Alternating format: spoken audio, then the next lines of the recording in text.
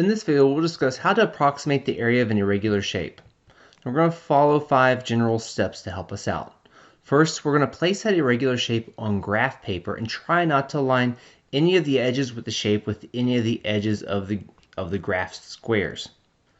Next, we need to calculate the square units of each square. So we need to find the area of every single little square so that as we're doing our estimates, we know what each of those is worth.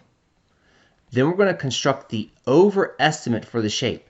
This is first we're going to count all the number of squares that the shape touches. Doesn't have to be the entire square in it, just has to touch that square. To find that overestimate for the area, we're going to take the number of squares and multiply it by the area per each square. For the underestimate area, we're going to calculate only the squares that are inside the shape completely. The entire square. If it's a partial square, you do not count it. Then we're going to take those number of squares, multiply by the area per each square. Finally, we take the average of those two areas to determine our approximate area. Let's look at a circle to help us understand this general process.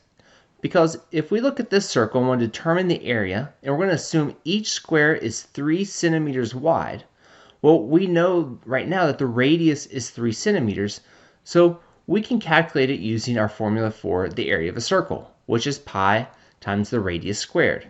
So the radius squared is 9 times pi, so 9 pi square centimeters, or approximately 28 3/10 square centimeters. But let's use the approximation method so we can see how this works. So first thing, we're going to start with each square. Since it is 1 centimeter wide, that means it is 1 centimeter by 1 centimeter, which makes each square 1 square centimeter. That's an important place to start. Now we can calculate our overestimate by counting every single square that is touched by the circle. So if I look here, these are all the squares that have any part of the circle in them. And if I count them all up, there are 41 squares. So I'm going to take my 41 squares and multiply it by 1 square centimeter per each square.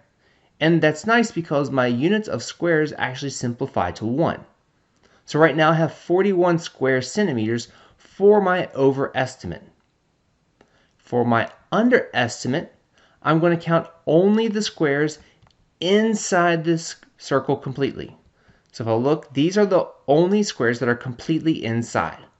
And if I count them up, that's 17 squares. So 17 squares times 1 square centimeter per square gives me an underestimate of 17 square centimeters. I'm now going to average these two together to find the approximate area. 41 square centimeters plus 17 square centimeters is 58 square centimeters. And when I divide by 2, that gives me 29 square centimeters. So as an approximation, 29 square centimeters, I'm within 1 square centimeter of what the actual area is of the circle. So that's why it's a good method. Now let's calculate the approximate area for the island of Hawaii. This is the big island. And we're going to put graph paper on it and assume that that's 7.5 miles wide. So here is the island on the graph paper. The first thing we want to do is calculate the area of each square. And in this case, since it's 7.5 miles wide, that's 7.5 miles wide by 7.5 miles high. That's 56.25 square miles per square. For the overestimate, we're going to color every block, every square that the island image touches.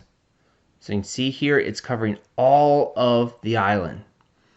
And if I count them up, there's 87 total squares, and I'm going to multiply that by the area of each square, which is 4,893.75 square miles. Now let's do the underestimate. Now remember, it has to be completely inside. Now, sometimes you get to some edges that are a little bit challenging to figure out, does it count or not?